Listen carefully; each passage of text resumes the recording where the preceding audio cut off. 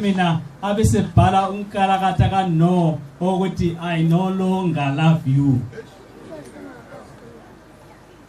Sinqumo kumele sihlale phezulu kwaso njengebandla sona lesi ngoba kuyabe kuveza ukuthi kuzalanjwa lapha ekhaya.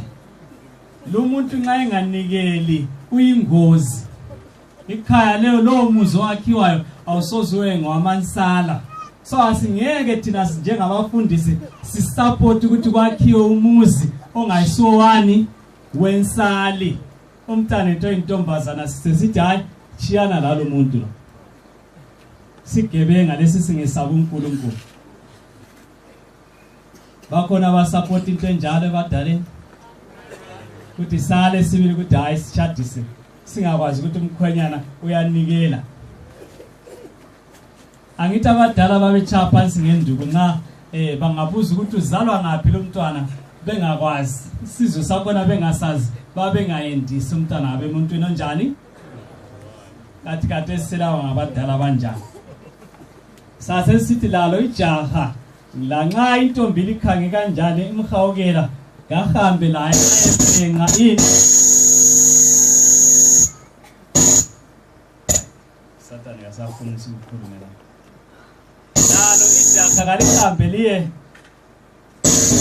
khangela ukuthi intombi le esikhange kangaka inhliziyo yakhe uyanikela yini. Nxa kunganjalo achiyane la. Thina ke sisakhula sasisithi singakhangwa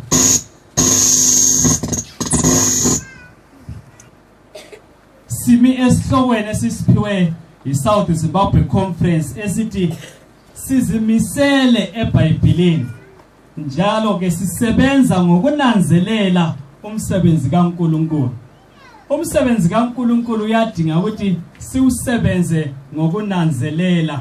Devoted in the Bible, diligent in service. Umuntu osebenza ngokunanzelela ezimisele eBhayibhelini uyama ngelizwi lalokho akukholwayo. Agagadlele uJesu angasuki kuye lanxa iziphepho sezivunguza njani. Ebambelele. Ngasembona ngani balele lithi kubambelela lilula kakhulu ngathi yena kumele wale ugagadlele kuJesu. Loba izimfa singabuya zithanyele njani abakini usale unguwe wedwa gagadlela kuJesu Kristu. Ungavumi ukuhlehlela ngaphi emuva kuyakusiza khona lokho. Lanxa bengenda bonke beoda besenda iline yonke amantombazana chade kodwa echada imchado engangcwele gagadlela kuJesu. Loba ngazi bathi wena usulingana lo nyoko lokhu segumeni gagadlela kuJesu ongasuki kuJesu ngoba ikusasa isobala kuJesu. Bahlabelile lapha ingoma wathi nxa uJesu wayengekho kwekumnyama. So ke sasesibona ukuthi ingozi yokubalekela uJesu ungena ezilingweni ezesabekayo. Ubalula kube isitha sikuhlasele lula nje kungazange kuthathe ukuthi sicabange. Gawula sivikelo ungasuka kuJesu Kristu. Yikho esisungule ngakho kuyela le ndawo. Asangithembisa ukuthi inkulumo yami iviki yonke ngiyabe ngisebhukwini lani lesambulelo sika Johana. uJesu ezambula ngomza wakhe ubani uJohana. Ngathi mina wayibhala le incwadi esemdala. I-experience inhle kakhulu. Abantu abatsha ngangibakhuze ngithi bona laba basanda kungena emtshadweni ama young couples. Ngithi mina ungavumeli ixhegu lidlale lani nomkakho. Ngoba lingambamba nje isandla sexhegu siyesabeka angeke aphinda kuyele kuwe futhi. Ikhona yini bandla? Lingadlali ngamaxhegu nala. Angabambi intombi akayiphindi kuye futhi. So ubhala ke uJohane lo eselixhegu elile 100 years ulenkambo. Uke wazanywa ukubulawa kwehlula bamxhwathisela amafutha bamphosela phakathi waphuma enjalo. Bamusa ngaphi? Esihlengeni sasePatmos, lapho ayegwetshele ukufela khona. Waphuma engafanga, waphenduka wasebhala leli bhuku lesambulelo. Wambula ke izinto ezazisenzakala emhlabeni zisenzakala ezulwini. Ngizangena kikho khona lokhu, lizalikholisa leli bhuku. Ngani ngisithi lizalikholisa? Ngoba lalotshelwa amansala, lalotshelwa abantu abayezulwini. Kufana lokuthi SMS evela kusithandwa sakho le. Abantu ke abangamansala babangimangalise mina ukuthi bathi bona ibhuku lesambulelo linzima abalizwisisi. Ungehlule kanjani ukuzwisisa incwadi ebhalwe isithandwa sakho? Likhona yini bani? Awungeke, ngoba ulimi lwakho na kumele wenze njani? Uluzwisise. Kulabanye abathi ngenxa ye-economizer lokho base bekwazi ukuthi bakhuluma njani. Besithi bona bayakwanisa ukuthi bakhulume usuku lonke kodwa bengafakanga ngitsho bengajusanga ifoni zabo. Uyakwazi ukuthi angaringa kabili kutsho lokho ukuthi sengihambile. Angaringa kanye ethi ukuthi semphendukile. So babi bengasebenzisi ngitsho send kodwa ifoni zisenza njani? Zisebenza. So ke kumele isithandwa sakho nxa sikubhalela incwadi uzwisise leyo ncwadi. So kulohlupho kumele ukhuleke nxa kuyikuthi ibhuku lesambulelo kawuluzwisisi, ngoba inhloso yalo lilotshwa lalilotshelwa abantu abaza kuyezulwini. Likhona yini bantu? Aziliduba ngokuchuma kakhulu. Amen. Nganithiwa ngikhuluma ukuthi kusasa lonke lizafola, kulabuye ibhembi inkalakada liqunywa amakhanda. Ngoba nxa sikhuluma indaba ezithathekisayo kumele abantu batshengise ukuthi benze njani. Bayakholisa into abayikhulumayo le. Ngizama ukubuya phambili ngapho ukukhanya khona.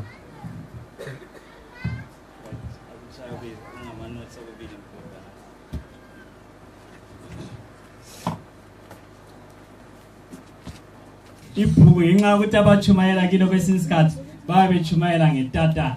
Ifuna ukuthi umuntu adzikame ayethule kuhle indaba. Kufana nokuthi lo muntu ozebika indaba eziqhakathekileyo. Akula mina umuntu engangibone ezebika imfa ebuye iphonga ukukhuluma ngelizwe elinjani. Ngithenze ngitshela ukuthi uJoyce ufile. Lingakwabukela khona lo. Kule ndlela yangikhona ukubika ngayo. Ngoba ke lile ndaba eziqhakathekileyo okumele sizizwisise njengebandla. Lalotshelwa ibandla. Akuvumi ukuthi usebenzele leli bhuku uchumayela abantu abanjani bezizweni abangakwaziyo. Lezi zindaba zani zamalunga ebandla. Yikho meeting sisithi asikhulumeni sike sixoxe sizi ukuthi uNkulunkulu uthini. Ngoba lona liqhakathekile lihambelana kanye lesihloko esikhulunywayo lesithi sizimisele eBhayibhelini sisenza umsebenzi kaNkulunkulu ngokunanzelela. Awusawuphumputhi umsebenzi kumele ucace ukwazi ukuthi wenzani. Angibe lo hlupho lokuthi ungahlangana labantu abafundayo abasesikolo kumbe ngo grade 7 kumbe ngo form 4 kumbe ngo form 6 ubuze ukuthi njengoba usesikolo uzapasa yini. Abanye bathi asasi. Kumbe uhlangana la sebebhalile imhloliso. Awuseliqedile ukubhala. Yes, sesiqedile. Upasile yini? Angazi kwabamakayo. Uyabe lamanga ngoba uyakwazi ukuthi umbuzo awubuzileyo uhumanile kaphendulanga impendulo eqondileyo. Uyabe kwazi. Njengestudent njengomfundi ngiyakwazi ngaphuma emhlolisweni ngiyabe ngikwazi ukuthi ngifeyile la kumbe nginjani ngipasile. Lokho kucacile ngeza umuntu esithi kangikwazi uqamba amanga. Likhona yini? Ama teacher akhona yini la? Awavumelani la. Ngoba okubuziwe kungathiwa inkomo ilezisu ezingaki. Wena uthi 1 uyakwazi ukuthi uhumanile. Angitsho. So ke lalapha ke kubhuku lesambulelo liyaveza ukuthi abantu abazakuya ezulwini ngabantu abenze izinto lezi yibo abazamukelwa nguJesu. Likhona yini bani? So umuntu angafika kubuze kulabanye abasebejala ukubuza lapho ukuthi usindisiwe yini? baze bafike la kumsala bathi usindisiwe umsala bhayiza athi lokho bantu kwaziwa nguJesu. No, kuyacaca ukuthi abazasindiswa ngobani, ngabenze njani emhlabeni, ngabaphile njani emhlabeni. Kusobala umuntu uyabezazela ukuthi izulu mina ngizalingena kumbe kangisoze ngilingene, ngoba iBhayibheli liyachaza lithi khona ngaphandle ngale kulani, kulezinja labathakathi labafebayo labanjani, labo kabangena ezulwini. So umbuzo ngabuye uthi uyahamba ezulwini, xa ungumthakathi vele no awuye ezulwini, ngaphandle kokuthi wenze njani, uphenduke. Likhona yini bandla? So kucacile ke, kodwa okwanamuhla ngingakangeni ngizathatha ichapter yokuqala engithathekisayo ekhuluma ngezibusiso ezingu7 ezitholakala kuleli bhuku. Lizwile yini? Sizalala sikwazi ukuthi sibusisiwe nxa sisenza lokhu lalokhu lalokhu yakhe, ukwenzela ukuthi umuntu ayelungisisa. Utitsha ufundisa kuhle, ufuna ukuthi abantwana bayepasa ngoba bhalisa ini ama corrections. Umntwana ngayekele ukubhala correction abele sithi teacher uyabhowa uyafeyila, ngoba khona ukhana umbuzo wabuzwayo yenelisa ukubuya ku final examination unjengoba lokhu njalo. So nxa engabhalanga ama correction uzaphinda faile futhi, kodwa teacher wamtshela ukuthi answer ka 2 + 2 ngubani, ngu4. Nxa yena wadonda uzabuya umbuzo uphinde uthi 2 + 2 abesenwa ikhanda. Kulabanye abantu nxa sasithi sibhala umhloliso bakhangele phezulu, angathatha iphepha lakhe so ukuthi sokubhala. Abakwaziyo abenze kuhle bathembeka ekubaleni, utitsha ngahamba lebala lokho ubabona kuphela bekhotheme bebhala baze bayephumula sebengale selula nje intamo ukuthi sidiniwe. Kodwa ongazange athembeke abale, kambona selokho enwa ikhanda lokho ekhangela phezulu. Esolusi ngale kulento yaba bayenza nxa kubhala imhloliso engafika ngayifunda. Kufundwa ama subject amaningi ngala ama courses amaningi. So ngaso kuhlalwa ehall sihlala sonke kodwa sibhala izinto ezichiyene. Lapha eceleni kwakho la kuyabe kubhala umuntu ebhala mhlawumbe sithi geography. Wena lapho uhlezi la ubhala i-maths. Akula kukopa yakopa. Ungakopa ngapha yakopa izinto ze-geography. Ungakhangela futhi ngapha yabe kulomunye uyabebhala kumbisi iHebheru lapha eceleni. Vela usozibone kuhle. iHebheru futhi nxa ungasifundiswanga vela ngeke ubale ukuthi kubhalweni khona. Yabe sithi kathi lolu hlanyo luhlezi eceleni lwami lenza. So ke sasibabona abangabalanga sebelokho bekhangela esolusi kule nyoni phezulu eziphapha ezenza ezakhela kuma camera abo izidleke zazo. So ziyabe lokho eziphapha. Nxa ungabalanga ke umhlolisi sibuza umbuzo yambona umuntu selokho ekhangela inyoni leza. Yikho ke lamhla usihla sithi ngifuna ukukhuluma ngezibusiso ezibhalwe encwadini yesambulelo. Laba bantu bazaba njani? Bazabuya ezulwini, no doubt. So la usukuma lapha nxa izinto zakho zingamanga kuhle isikhathi sokuthi wenze ama correction khona lapha ecamp meeting ubuyele emzini wakho usukwazi ukuthi mina ngilungele ukuya ngapi, ekhaya ezulwini.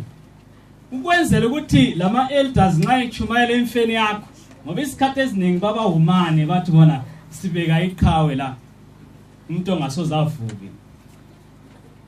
Likhona yini bandla? Okunye sasibahloniphe sibili sime sithi asibeka iqhawe kumbe ngade ngene uduka sichaya uniforms kube igreen kodwa kavuki lo muntu lo. Ube senzana emhlabeni ube opposa konke lokho ukuthi kuyizibusiso. Izibusiso ezifana leziyana ezisencwadini kaMateyu ethi khona babusisiwa benza lokhu lalokhu. Kusambulo ke zikhona akhona ama beatitudes kabani kaSambulo. Asike singeneni kiyo. Revelation chapter 1 verse 3. Namhla ombaleli iBhayibheli usuke wase hlalela kachana. Revelation chapter 1 verse 3. Siqalisa nje singakayikhatshana kuse kuqanjwe isibusiso. Uthi khona blessed is he that readeth and they that hear the word of this prophet. Angisho babusisiwe laba bezwa ini ababalayo. Babusisiwe abanjani ababalayo lalabo mhlamba sebeluphela ogogo labokhulu abala abezwayo khathesi ngikhuluma babusisiwe bona lawo. So isibusiso number 1 ebhukwini lesambulele ukuthi nxa uthanda ukubala iBhayibheli ubusisiwe ngoba uzakwazi izinto zonke ezenzakala emhlabeni uzaziqedisisa. So ubusisiwe awusoze uhamba udinga amapostoli labo bani usiyaprofetwa ngoba ubusisiwe uzanjani uzakwazi ukuthi okwenzakala khathesi kwenzakala isizathu sakho yilesi. So ubusisiwe nxa umuntu othanda ukubala ini iBhayibheli. Abanye liyabehlula iBhayibheli. Ukhona ngowakhuluma lapho wathi ngitsho lemthandazo kwenziwa chop chop ukuthi uNkulunkulu abantwana sebefuna ukulala lapha okade ekhuluma namhlanje sebefuna asiphongone sithi yanga kulabanye abehluleka ukustudy iBhayibheli ongaqedi ngitsho ichapter ebala iBhayibheli. Sithe sisesolu secamp meeting kulomntwana ibizo lakhe kuthiwa ngubani nguMoses osimangalisileyo ngesikhathi sokuntshumayelo zabantwana. Uchaye usendo loleyana lonke olubhalwe kuMateyu ngekhanda. Ukuzalwa kukabani igenealogy ethiwa yini umdeni kaJesu ukuthi kusuka ngaphi kuze kuyefika kuJesu sezele. Akutshela ukuthi ubandwana wazala ubani, ubani wazala ubani, ubani wazala ubani. Akaphoze mbijana athi mani nike nditshele ngayena lo. Angene eBhayibhelini achama verse angu 4 5 6 aphinda aphenduka athi kade ngishela phana ubani ezela ubani sengiqhubeka ubani wazala ubani, ubani wazala ubani, ubani wazala ubani. Namanini mbijana ubani lo wayesezelwe la wenza lokhu la lokhu la lokhu sikuthatha ngapi ashaya iBhayibheli wayishaya lonke igenealogy. Dr. Mkombe waziwathi ya kata ama-computer sithi yila kuphela kodwa amakhanda lazi computer. Ubusisiwe kumuntu wenza njani obala iBhayibheli alizwisise. So labana abajayela ukuthi iBhayibheli lilaje abusukwazi ukuthi lo kabusiswanga. So ungadlali la. Likhona yini bani? Revelation chapter 14 verse 13. Blessed are the dead which die in the Lord. Babusisiwe abanjani abafileyo befela ngaphi enkosini. So kufa kukhona ukufa kubusisiwe. Ungaziwabaleka kakhulu. Ungaziwasaba kakhulu kufa. Abanye babakhale bazichayelele la bakhohle ukuthi kuthiwe khona babusisiwe abanjani abafileyo. Ngani kuthiwa babusisiwe abafileyo? Ngoba uDaniel ngitshelile wathi uthena kuza kuba lenhlupho ezingazange zibe khona ezizahlula ngitsho labanye. Wasesithi yena nxa kunga lezo nsuku zingafinyezwanga ngitsho labakhethiweyo kungenzeka balahleke. So ngenxa ke yokuthi inhlupho lezo ziyabe zibuhlungu kangaka ezingazake zibonakale silokhe sathethulwa yingwe. Abanengi ngihlala ngibezwa futhi behumana khona apha bechumayela esabatheni ngendaba yona le bebalisa behlanganisa abantu ukuthi ngobani labana ukuthi bazakuma kunani lele i144. Ngizayichasisa mhlawumbe ngolesithathu ukuthi iyabasanganisa abantu abaningi nxa sokukhulunywa ngenani lelana i144 abazakuma entabeni iZiyoni lewundlu. Ngobani uzwa abantu sebeqalisa ukuqamba izinto ezinenginengi. Laba kuthiwe yilabo abadlula phakathi kwani kwenhlupho lezi ezingazange zibe khona la khathesi azange zibe khona. So omunye umuntu osefile khathesi engangenanga kulezi inhlupho asuye simbala ukuthi uku144 ngoba abayi144,000 abakhulunywayo yilaba abadlule enhlupheni lezi ezingakabi khona khathesi. Likhona yini ba? Ngizaba lesikhathi sembuzo kusasa. Babusisiwe ke abafela ngaphi enkosini ngoba kasibaluzanga bazavuka bayinhlanyelo Jesu. Abanye nxa sebehlatshwa imikhuhlane ebuhlungu lapha bengamansala benje bepapathiziwe emabizo abekhona encwadini zani zebandla ngenxa yobuhlungu bomkhuhlane umuntu ucina esithi ngingafa alike lingihambise kumpostoli lwami. abesekhohle ukuthi kubusisiwe umuntu onjani ofa efela ngaphi enkosini. So ngikhuluma labantu sokumele kusukusela namuhla kusiya phambili bame isibindi devoted in the Bible, bame kuleli lizwi ukuthi ngiyabe ngibusisiwe nxa ngife ngithembeke kuJesu Kristu. Ngoba ngizanjani? Ngizavuka ngoba laye wenza njani? Wavuka. Ngabamukela enhliziyweni yami, ngathembeka, ngabisela kwethumi lemnikelo, imilayo yakhe yonke ngiyayigcina, so ngingafa angifanga, ngizavuka. Likhona yini?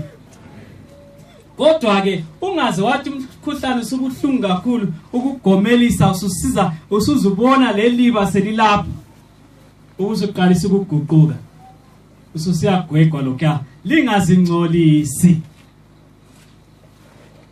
Ngikhuluma ngedwa. Number 3, blessed is he that watcheth and keepeth his garments clean. Lapha kade ngwabhala ngamafeature ngithemba lapha emdulini lapha ayaphuma enjalo. Ubusisiwe umuntu onjani? Olindayo, oqaphelayo, abese gcina ingubo zakhe zinjani? Zihlambulukile. Likhona yini bandla? Right, ngicela le Bible esindebela sondela kwenza ethi ngwabala caca ama verse la. So kule Jude usukwazi ukuthi kumele ugcine ini amarogwe akho ehlambulukile. Ahlanjululwa njani amarogwe? Ngegazi lewundlu. Likhona yini? Asiwachi izono zethu ngani? Ngesepa kumbe ngehisop. Siwacha ingubo zethu ngani? Ngegazi lewundlu. So kumele ukwazi ukuthi izono zenzayo yazanjani? Uyazivuma kuJesu Kristu. Ungaze waba lezono ngitsho uzuqinisa usithi isono sambantu. Kulabanye khona la asebezigqaja ngezono, asebazenza izono zaba ngenzani? Ngezabo bengazivumi. Intshumayelo ichinyayela lapha kube lobizo ukuthi bakithi abehluleka kuloko wozanini sincedisane, ngoba uNkulunkulu ukhulumile uncwadi kaIsaiah wathi wozanini, come and let us reason together. Wozani sibonisane indaba le, wehluleka kanjani? Kodwa umuntu athi yena mina isono sami sengisazi. Aziqhenye ukuthi uyasazi kodwa engasivumi. Babusisiwe akabenza njani? Abathi bangananzelela izono zabo benze njani? Bazivume. Likhona yini bandla? Ngoba ungahlala ungavumanga uzazunywa ikufa, ufe ungavumanga isono esincinyane. Likhona yini? Ngawusabusisanga ingubo yakho ufe ingcolile. Yikho nsithi khona kulabanye sasibabeke lapha sithi ngamaqhawe okukholo kodwa bengavumanga izono. Thina lapha emhlabeni sibona ngani umuntu wenze kuhle. Hayi, nxa engavumanga isono, ingubo zakhe zinjani? Zingcolile ekuvukeni kakho. Ngoba ufe ingubo zakhe zinjani? Zingcolile. Blessed are they that are called in the marriage supper. Babusisiwe abanxuswa ngaphi? Emtshadweni wewundlu. Babusisiwe abanjani? Abanxusiweyo ngaphi? Emtshadweni wewundlu. Ngabanjani labo? Yibo bona labo ababuya ngaphi? Ema-camp meeting. Kwakungimangalise kade sikhuluma labanye abafundisi ukuthi mina ngangise ngimangale sibili ngithandabuza ukuthi kungenzeka sibili 52 weeks uNkulunkulu akunikile emhlabeni ukuthi uphile wehluleke ukuya spenda 1 week e-camp meeting. Ube lesizathu sibili. Ungumsala Seventh Day Adventist baptized church member wehluleke ukuya ku-camp meeting. Alokho umhlolo lo. Likhona yini bandla? Ngoba kuthiwa babusisiwe abanjani? Ababizwe benza njani? Basabela. So labana sebethanda ukuba izidensi labana bale ngozi yokuthi bazathiwa kalisibo balapha lena kasilazi kodukani hlehlani liye khatshana. Blessed and holy is he that hath part in the first resurrection. Babusisiwe abalengxenye evukweni lwani lwakuqala. Ngoba lesibili sukwazi vele ukuthi baye esihogweni. So nxa umuntu engavukanga evukweni lokuqala yazi ukuthi kaunjani? Saphinde umbone futhi. So nxa lesihlobo sakho ngilesihlobo sami sifile uJesu bese qhamuka lapha itilongo likhale khathesi sinyuka sisiya ezulwini sindiza sisezulwini uthi uyanyemukela ungambona engavukanga asambali kulabo abasindiswe babusisiwe abanjani. So umkhuleko womuntu ohlezi lapha ngokuthi khona uNkulunkulu ngiphathise ngenze njani ngibe khona kulabo abanjani abaza kuvuka abazathatha ingxenye evukweni lakuqala. Nxa kungenzeka Thixo ngife sithi sigadi inqola sibuyela emakhaya ngife umthandazo wami ngokuthi khona Nkosi ngibe khona evukweni lwanjani lwakuqala ngoba ungabona usuvuka kuvuko lwesibili susiya esihogweni kambe kakucaci khona lo. Babusisiwe, blessed is he that keepeth the sayings of this book. Revelation chapter 22 verse 7. Engibale kuqala beku Revelation 20 verse 6. Engibale ilandela kathi Revelations 19 verse 9. Eyokuhlamba ingubo Revelation chapter 16 verse 15. Babusisiwe labo abagcina amazwi aleli bhuku. Liphi bhuku? Atsho ngeBhayibheli. Liyangizwa yini? Babusisiwe abagcina amazwi esambulelo verse chapter 1 to chapter 22. Yibo kuthiwa babusisiwe abagcina lawo mazwi ngoba akhona amazwi akhulunyiweyo kuyona le incwadi. Babusisiwe abagcina benze njani? Bawenze, bawakholwe, bawaphile. Ibandla likhona yini? Revelation chapter 22 verse 14. Blessed are they that do his commandments and those who wash their robes. Babusisiwe abagcina imithetho kabani? kaNkulunkulu lalabo abahlamba ingubo zabo, abahlambulula ingubo zabo. Likhona yini? So labana bathi umthetho wabethelelwa esiphambanweni balahleka ngoba kulesibusiso ekugcineni ini imithetho kaNkulunkulu. Bali ngaze basihlambalaze. Yikho kuthiwa sizimisele eBhayibhelini. Ngaze bathi lina lingabantu bemthetho kulungile ngoba umthetho ulani ulesibusiso ekugcineni. Likhona yini ba? Nxa sisithi thina babusisiwe laba abezwayo izimilo lezi ezivezwayo zalokho okwezakwenzakala. The privileges and the responsibility of the citizen of the kingdom of heaven. Lokho engikukhulumileyo okwenziwa ngalabo abantu asebeveziwe yiba abantu abazatholakala bengaphi besembusweni kaNkulunkulu. Ngoba number 1, perfection of the character is the goal of citizen in heaven. Indaba yokuba lesimilo esihle esibukekayo ngumgomo wasezulwini. Hayi bandla likho le. Abanye abantu baphila impilo okuthiwa ngo-so long life. Ubona ukuphila kwakhe nje ukuthi hayi la nxa ngaze kuthiwe ungafebi yena athi nxa kufeba kuletha imali ke.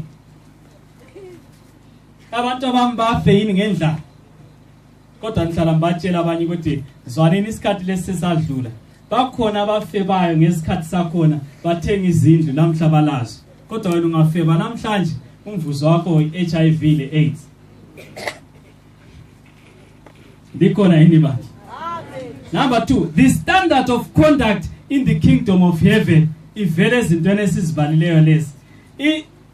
Isimilo lokwamukelwa abantu abamukelwayo ezulwini bakusigaba lesi baphila impilo enje kabagijimilani lomhlaba kodwa bayananzelela izikhathi zonke ukuthi lokho abakwenzayo ngumlayo abawuthatha kuJehova. Ayisomlayo abanjani asebesithi umumo ngenziwa ngumumo welizwe. Usakwazi kumbe libhuku lokana kwalesihloko esinjani. Kwakulibhuku yini bazala?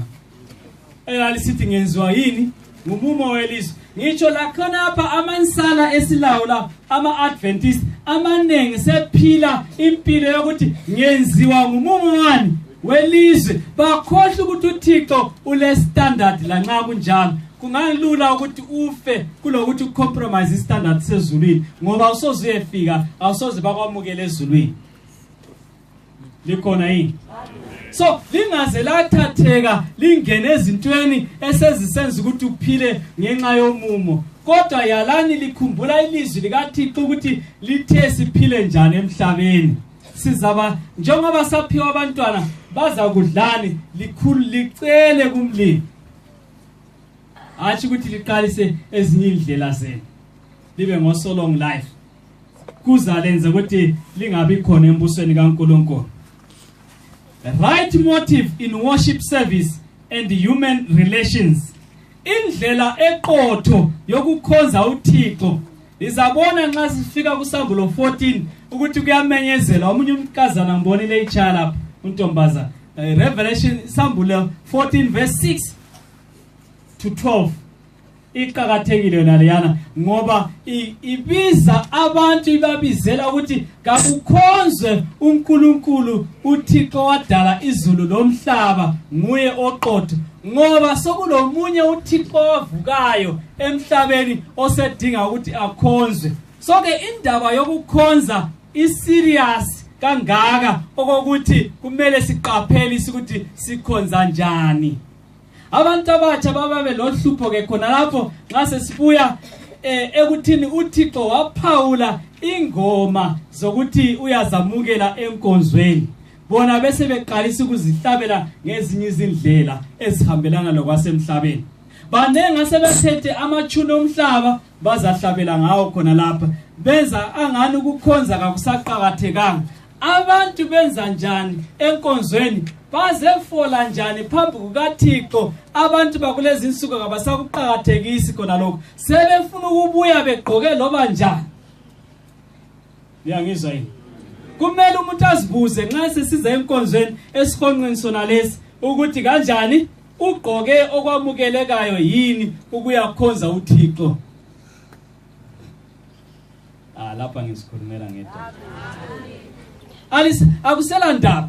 That's why isizwa nxa lisenza iwitnessing umuntu ngamtshela ngesabatha athi hayi lokho akula msebenzi lokho insuku zinjani ziyafanana insuku ziyafanana zizafanana njani uThixo ulosuku olulodwa lokuthi akhonzwe adunyiswe kulabanye ngabatshela abazondela ngathi lina nxa likhonza ngesuku lwesonto likhonza uNkulunkulu engekho ngoba uyabe off lusuku layo le off ngakho enkonzweni uThixo ngesandla likhona yini ba akuthi ukuthi hayi insuku zonke ngezokukhonza no kule one usuku lokukhonza so istandard ye worship is high uNkulunkulu memeza khathesi ukuthi abantu ngakukhonzwe ngendlela eqotho abantu kababe qotho ekukhonzeni la. The aim of life, planning and living for the kingdom of heaven. Kumele impilo yakho uyisekele ngezisekelo ngezimiso zikaThixo ukuthi wathi sizaphila njani emhlabeni ungaze wathi khona hayi labantu bonke emhlabeni sebekwenza lokho la ubusiba njani usiba ngithathekile kungalula uyehlala wedwa esihlahleni ngale bakuthi kathi lo seyisiyelele yini ngoba umhlaba usunjani usuphambeni ube wasithintela udokotela umkombe lapho athi abantu sebephambanisa kodwa kungabi landaba ukuthi baphambanisile abantu abanengi isikhiwa sebesiqamula kodwa bese kunganithiwa vele yiso sona lesi isikhiwa esikhulunywayo isikhiwa esiqotho savela ngaphi eNgilandi ese-America ngisabantu abaqumelayo kodwa abantu abanengi sebekhuluma njenga isikhiwa sengathi vele akulandaba wasinika umzekeliso ukuthi esikolo sathi sifundiswa ukuthi kubingelelwa kanjani ngesikhiwa abantu nxa sebengani bafundile bayalahleka instead ukuthi angabe sebekwenza kuhle nxa ku grade 1 kumbe kuse primary sisiyangena e-secondary ubingelela ngokuthi umuntu angathi how are you uthi wena I am fine kodwa balezi insuku ngifuna likunanzilele ungathi wena how are you uthi I am good I am okay. Yiko akufundisa ugrade 1 kono. Kuthi nxa umuntu ukhuluma isikhiwa la esithi angathi how are you? Uthi I'm good. Good. Who can qualify himself as good? Ungcwele lokana ukukhulunywa ngubani? Isaiah ukuthi liyazingcwelisa lina lizenza lena njani. Nxa umuntu eza ukuthi I am good. Lake labona umuntu egide eziqakezela. Unjani uphila? Hayi nginjani? Ngilungile. IsiNdebele abesitsho njalo. Sabona bani kunjani? Ngilungile. Ulungile wena. Awubhadalanga isikwelede osikwelede last week. Wathembisa ukuthi umuntu yamnika ngeTuesday. Kodwa usithi nxa umuntu sikubingelela kunjani? Ngilungile, ngiright. Right. Ngoba nothe right. Ngizama ukuthi khona abantu indlela yokuhlala yokuphila sebephila njengani njengomhlaba. Kakusela umuntu obale ozihluphayo ngestandard ukuthi hayi umuntu lo kakhulumanga kuhle lo. Hayi umuntu lo ukilizile lo. Ukilizile isiNdebele. Kedwa ngenxa yokuxubana kwani kwemihlobo abanye abantu abasakhuluma isiNdebele esiqondile. Ngitsho ke lempilo ekhangelelwe nguJesu abantu sebexubanisa. Likhona yini? Bengafuna ukukhuluma la kodwa sengikukhuluma. Kanti owathi jwabu owaliphiwa ngomlemo kayisilo eliqondileyo ngubani? Ngenxa indaba leyana yokuthi nxa sibabingelela abathi I am good sebethatha ipolish bazipolish njengezicathulo. Emhlabeni sokonakele basa. Babhiza abantu so bafuna ukuba ngamaganu. Uyathela umbala wakhe ubone sebesiyathenga kuligabho kwiround so kwepolish light itan la base eqalisa ukupolish ubuso. Lo mKristu sibi lo Adventist olungiselela izulu okumele ame lo David athi yena I am fearfully and wonderfully made. Kodwa sesithi no lokho ayisikho lokho. I am not fearfully and I'm not wonderful. Let me try my own beauty. Liyangizwa yini? Kodwa ukhangelele ukuthi uza kwezulwini ayefola phambi ngemva kukaJesu ngemva kukaDavida esithi mina ngiyabonga uNkulunkulu wangenza ngaba muhle ngabanje. Banengi abazitshintshayo bathi bona hayi kwenziwa uNkulunkulu kayisikho. Ngenxa yokuthi kusukele khona phana esikhiweni ukuthi how are you athi I am good. So ubuhle sobuvela kuye kathina kasasiniki ithuba lokuthi simbuke ukuthi muhle. uThixo wadala abantu abamnyama laba wasinika ibumbele emnyama wasinika inwele ezimfitshane abanye bathi no zero. Likhona yini? Sengihamba kalesi ansa noma ngingangixotsha ngiyabe sengiqedile lo. Sanikwa inwele ezimfitshane sibahle sinjalo we are wonderfully and fearfully made. Why sifaka ama extension? Sokusidle enyameni. Sokusidle enyameni. Asikuchiye lokho abanye bangalala sebemaqumbe la. Obedience and self-discipline to the test of citizenship. Indlela esilalela ngayo ilizwi likaNkulunkulu. Lendlela esizithoba ngayo ukuhambeni laphambi komhlaba. Ngoba kulesifungo esasifungayo sizabhabhathizwa. Sathi siyathembisa ukuthi sizaphila impilo ethenhlo kuJesu Kristu phambi komhlaba laphambi kaNkulunkulu. Basazi kuba ngamansala. Namhlanje umhlaba uyadinga amansala uyawaswela. Ngoba thina sesifanana ukwenza kwethu sokufanana lomhlaba. Nxa uhamba streetini khonapha kumbe uhamba khonapha eFulabus kunzima ukuthi abantu bakwazi ukuthi ungumAdventist wena. Ngenxa ukuthi uphila njengabo. Khona lokho nxa ungasoze wenza icorrection awusoze ubalele kulaba ukuthi babusisiwe. Call to decisive action. Kulobizo lapho lusibiza ukuthi senze isinqumo ukuthi loba kanjani thina sizakuma sibambelele kulokho esakwamukelayo sizakuma sifela ukholo lwethu. Yakhumbula sikhula ubabakazi wayejayela ukuthi athi hey lina lizenza amasabatha alikwazi ukuthi lizabanjwa iminywana le kuzabe kulabantu abaleziqwaga ababuya namapinches bafike bathi ungumsabatha wena ungathi ye babamba umuntu wakho ngepliers bafitizela ubulokhu sithi ungumsabathi qhubeke buzi uzagcina usithi hayi ngobuhlungu. Soke kuthi ukuthi uzathembeka yini ukuthi sibili mina hayi nxa libulala nini ngizaba yini ngizakuma ngingumsala. Ngeke ngabona enye ifilimu asebayenzayo betshengisa izinto ezizakwenzakala ngezikhathi zokuhlupheka kuthiwa banengi abazachiya ukukholwa bona lokho. Kade sizitulo zigcwele la izikhathi zokuhlupheka zingaqalisa abantu bazasuka 1 la abantu abazasala belapha kuthiwa basesephandle kadesi inengi lawo yibo laba abathenga uNcuba ngamfakazela la amabhuku kaNcube wona la lapha ekhemiti ngathengwa mbijana kodwa lapha bawathengisa khona bathengisela abantu abangasoma Adventist limbuze ekuseni ngaba yiba bawathenga ngobunengi. Ngizwile ibhuku lelo alike linike la ngidinga ibhuku lamasabatha elithiwa so amasabatha wona la omela afunde khona azithulela akukhangela wathapha ngamehlo nxa sokufitizela umuno wakho anchongo njalo wayesifundisa ukuthi kuyadinga ukuthi sizamele sibekezele ukukholwa kwethu ngezikhathi zokuzanyazanyiswa kokukholo lwakho uzakuma yini umele isabatha wena usehluleka khathesi oze ungene esabatheni ayina xa sokuthiwa yekela umsebenzi sesisebenza ngesabatha endlini kungela mpuphu uzakwenelisa yini ukuthi hayi nxa selisithi nisebenze ngesabatha mina sensiya ngaphi sensiye ekhaya uzakwenelisa yini? Kulabanye abangama-teacher bona lapha ababayemaka bezama ukungezelela uholo lwabo bayemaka ngesabatha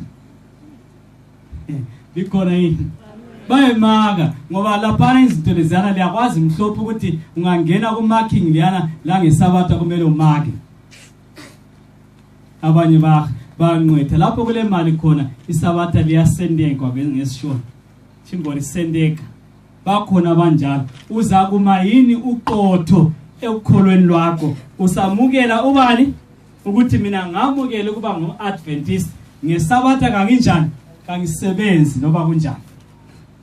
Abanye kuyabe kusezikolo bengabantwana befunda i-examination izabhalwa nini ngesabatha usule 4 years ufunda imali yakho nithola nzima ubhadalelwa ngomunye umuntu examination ngesabatha uzakuma yini uthi kayidlule kumbuza ukuthi hayi maneni ngibhale hey sokusele mbijana uNkulunkulu uzabona bangaka abajali ukuthi uNkulunkulu uzabona ebonani yena ekhulumini ukuthi mina uNkulunkulu kangiguquki nginguye nini kuze kube laphakade nginguNkulunkulu onjalo ngingathi isabatha likhumbule uligcine ngcwele usechilo uchilo. Andiyakwazi etshela uMoses siyakufara ukuthi umfaro ngambuza ukuthi ungubani uthi yena nginguye umunguye kangitshintshi kangiguquki angiboni engutshele khona akwenze ngendlela engutshele ngayo. uNkulunkulu asiyomfowenu labanye abathatha uNkulunkulu angani ngumfowabo ukuthi la lapho uzazwisisa akulanto ayizwisisayo ukutshelile wathi ngesabatha kakusetshenzwa tools down likhona yini bani kodwa wena nxa usisithi hayi ngiyenzela abantwana ngiyenzela imuli ngiyenzela umsebenzi ngigcina umsebenzi wami gcina kumsebenzi wakho kodwa abanye abangcwele bazahamba ezulwini wena lo msebenzi wakho nabantu bakho uzasala lapho. Banengi ababa esasithi khona nxa sesixoxa umuntu asithi kathi wehlulekiswe yini athi ngabantwana ngithi all right kasikhuleke ke uNkulunkulu athatha abantu bakhe njengoba sebekudisturba esabathini sebekwenza abantwana unganjani ungagcini isabatha kuthi ukuthi akurongo ngabantwana labasebenzayo asebesehluleka ukugcina isabatha okurongo ngumsebenzi ayisilo sabatha likhona yini bani selithethisiwe isaceba umfundisi umoya ukhona asitshayele umangoye ngapha emsakeni sasa ke siyabe sesingena kilo ibhuku sikhuluma ukuthi kuzahamba njani siletha i-outline nxa usesikolo bakunika i-course outline yiyo nyabe ngiyiletha ukuthi bazalwane singatshelana amanga lapho okuza kwenzakala emaphethelweni yilokho ukuthi abantu bazabe bekhangelele ukuthi benze lokhu okuku-curriculum yabo yi-curriculum esikhuluma ngayo okumele ilandelwe abantu banqobe wona lomhlaba kulula ukusindiswa kulokulahlwa ngoba uNkulunkulu izinto zakhe uzibeka obala waze wathembisa ku-Amos 3 verse 7 wathi ngiqinisile ngempela angikwenza lutho ngingazisanga inceku zami lokhu enjani engiza kukwenza abaprofeti so izinto zonke ukuthi sizasuka njani lapha sisiya ezulwini zisobala ebhukwini lani lesambulelo lingaze laduhiswa yikho kuthiwa ubusisiwe njani obalayo abanye bangabona nje inkanyezi isithi ntwe isiyale bathi andiyabona izibonakaliso umhlaba usuzaphela no asifuna amasala thina lokho ehumana kumele ukwazi ukuthi okuzaqeda umhlaba okuzayenza umhlaba uphethwe yikuphi ungathi isimanga singenzakala bususithi anti liyabona umuntu angavuka enqunu lapha ne30 uzosokuthiwa anti liyabona insuku zokusi masabatha ikilani kuhumana insuku impawu zokuphela kwesikhathi zisobala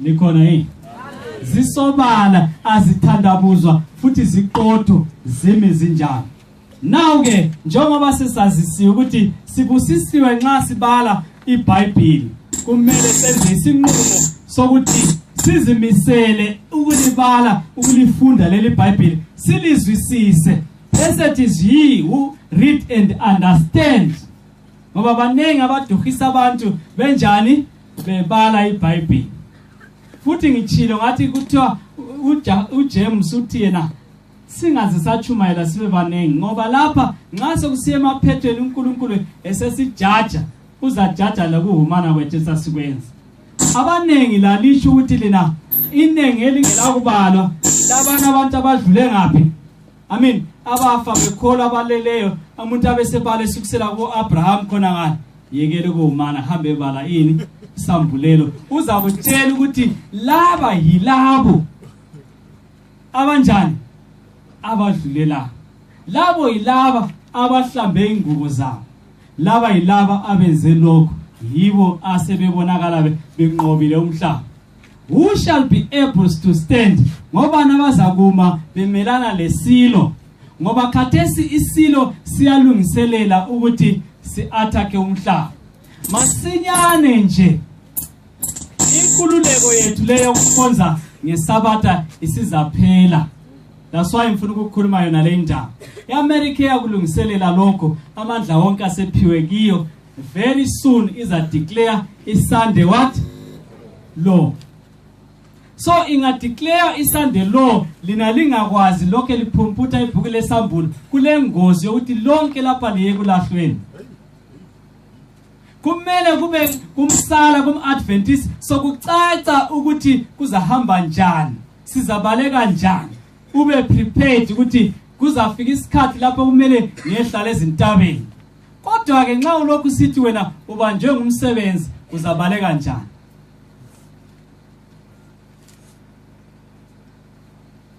babusisi wabezwa ilizwi lani sambulo uyangithathekisa kakhulu uthi olendlebe kezwe lokhu umoya ukuthini akutsho ebandleni xa sikhuluma indaba ezinje omunye umuntu elala ajumeke sibelalala chawubuka bhuka maye kuye njalo ngoba isosikhathi sokulala lesi akula muntu uyakathi ukukhulunywa ukuthi kuyabhaliswa ukuthi iK yabuya nini ngoba iWorld Vision alali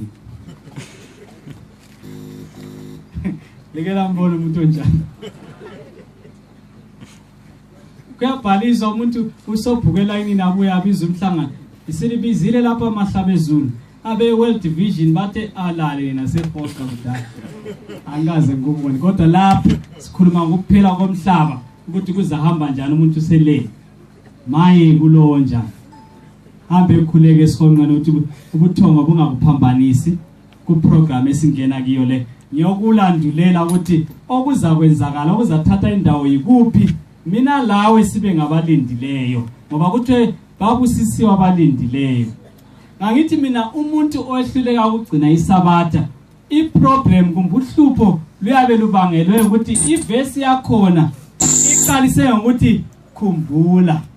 So umuntu owehluleka ukugcina isabatha phakathi kweviki kanjani kakhumbulanga ukuthi kule sabatha yikho ezenzela izinto zakhe isabatha laze kanjani lafika ngoba kwesinye isikhathi omunye umuntu uyasuka sibili kungeFriday engikhona siye edorobheni.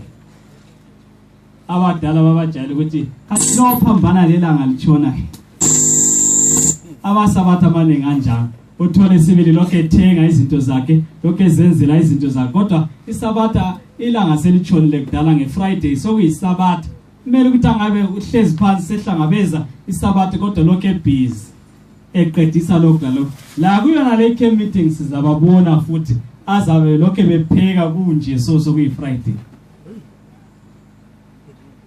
kodwa inkonzo ziza kuma ngo12 siyebhabhathizweni ngama2 kodwa kulabanye abazabe bengakaqedi kupheka lokho kusivezele ukuthi la ngekhaya inhlala yenza le ngoba ngeke uqalise ukwehluleka khathesi la abanye babale izizathu ukuthi phela amanzi siwathatha khatshana phela lokho lalokho ya hayi bazalwane umlimi ule standard hayi sabatha seliqalile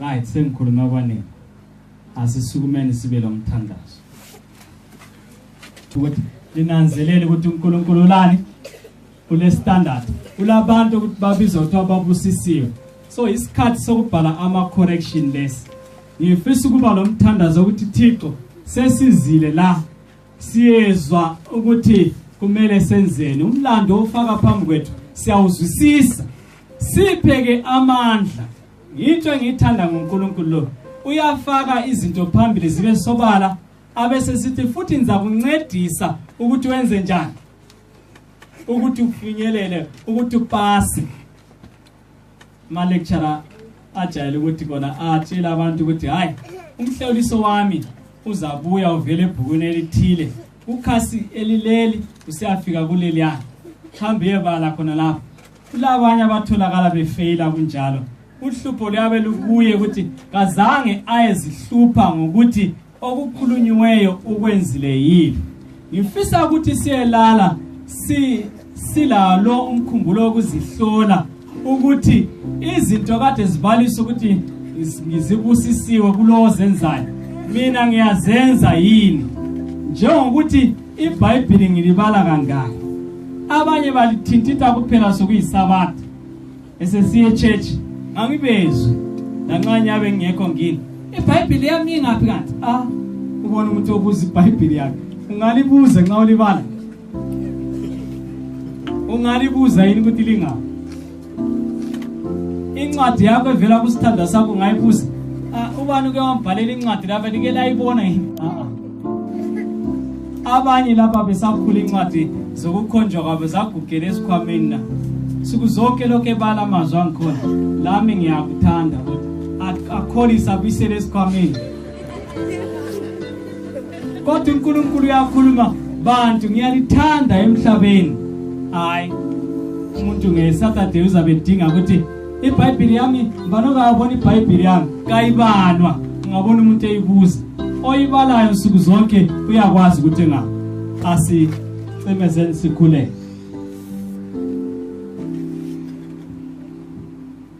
Baba wethu othandekayo sezulwini subalile izibusiso zalokhu okuzakwenza abantu baphumelele kuyembusweni wakho silapha ke sizoni thina ukubuya kwethu ke meeting yayo nalemnyaka sizefakaza ukuthi impilo zethu kazimanga kuhle sicela usinike ithuba Thixo lokubhala ama correction isabatha silidumazile ukuphila kwethu siphile intando yethu konke kasizange sikulalele lokho wasilaya khona njengokuba la iBhayibheli Nkosi sidondile izikhathi eziningi ukulibala kunzima sizwa siswela isikhathi sokulibala sithethelele namhla simisinje ubususipha umoya ozasifuqa imihla yamalanga ukuthi sibe ngabantu esibala iBhayibheli sibusiswe. Futhi iBhayibheli lithi lona kumele sibe ngabantu abahlamba ingubo zethu. Sisiza lapha kule nhlambe esizikhulumileyo. Sisiza lapha kulokuphoxana esikwenzile. Ingubo zethu zingcolile similapha. Sicela ukuthi uzihlambulule wena Jesu. Usinike ukunqoba ngoba siyakhuleka namhlanje kusihlwa. Sicela izolo yethu uyikhohlwe yomuntu ngamunye omelapha. Usinike ukuqala okutsha namhlanje. Sicela ukuba ngabalalela intando yakho, abagcina imithetho yakho yanele ngoba sifuna ukumakeliswa isibusiso. Sisize Jesu, ungasilahli ngenxa yezolo yethu, kodwa ngcono usilahle ngekusasa yethu. Ngenela emkhumbulweni yethu, uyinike ukukhumbula ngoba uthe sikhumbule isabatha siligcine ngcwele. Izikhathi eziningi siyalibala sibe ngabakhohliweyo. Sicela ukuthethelelwa namhlanje kusihlwa nxa sisiyakulalayo. Vuka lathi ekuseni usibusise Jesu. Siyabonga ukuzwa lokwamukela umthandazo wethu, lokuthi siletha izono zethu kusihlwa. Kwamukele lokho, usihlambulule ngegazi lakho.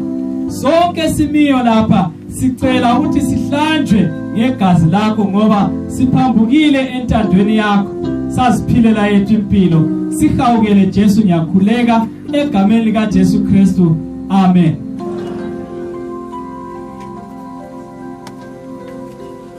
Uyakhuleka ovalayo.